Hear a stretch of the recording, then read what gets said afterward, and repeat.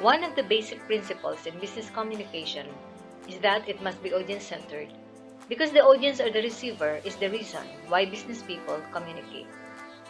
If the audience is the focus of business communication, then you need to consider his interests and benefits. In this episode, I will introduce 3 important steps in writing audience-centered messages. First is audience profiling. Second, responding to the profile. And third, adapting to the audience. In audience profiling, you need to visualize the reader and anticipate his reaction to the message. This will allow you to determine what words to use, what details to include, and the method of organization to apply. Audience profiling includes asking questions like, what is the reader like? How will the reader react to the message?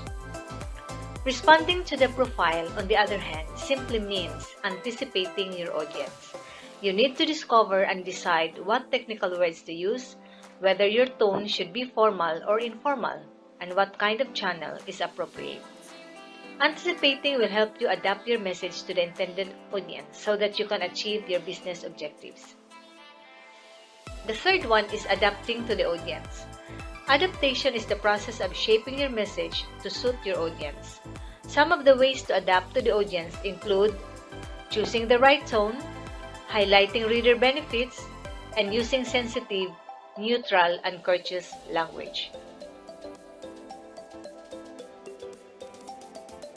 Tone is conveyed through the use of words. It reflects how a receiver feels upon reading or hearing a message. Consider the following statements. You have to send us a copy of the receipt tomorrow. Or, please send us a copy of the receipt tomorrow if possible. The tone of the first sentence is negative and aggressive. Surely the reader doesn't like to be told what to do. The second is a lot more positive and friendlier. Through the use of words, your tone may sound demanding, aggressive, or discourteous.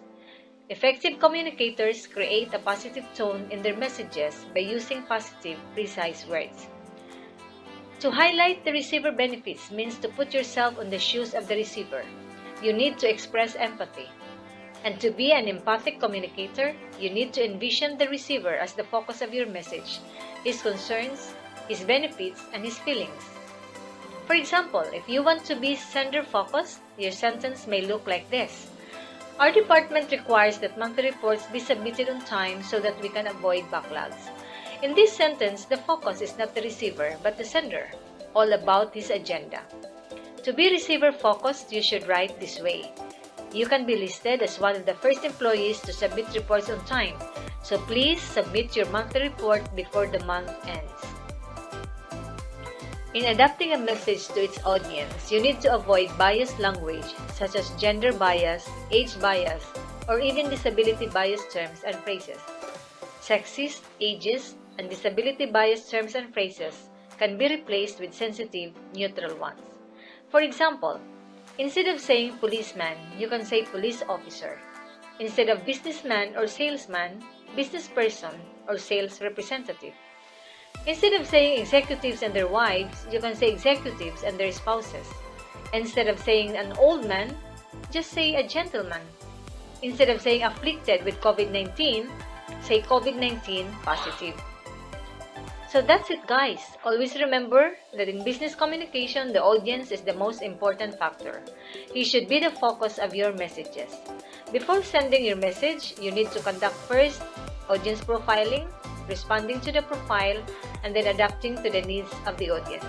Thank you for watching. See you next time.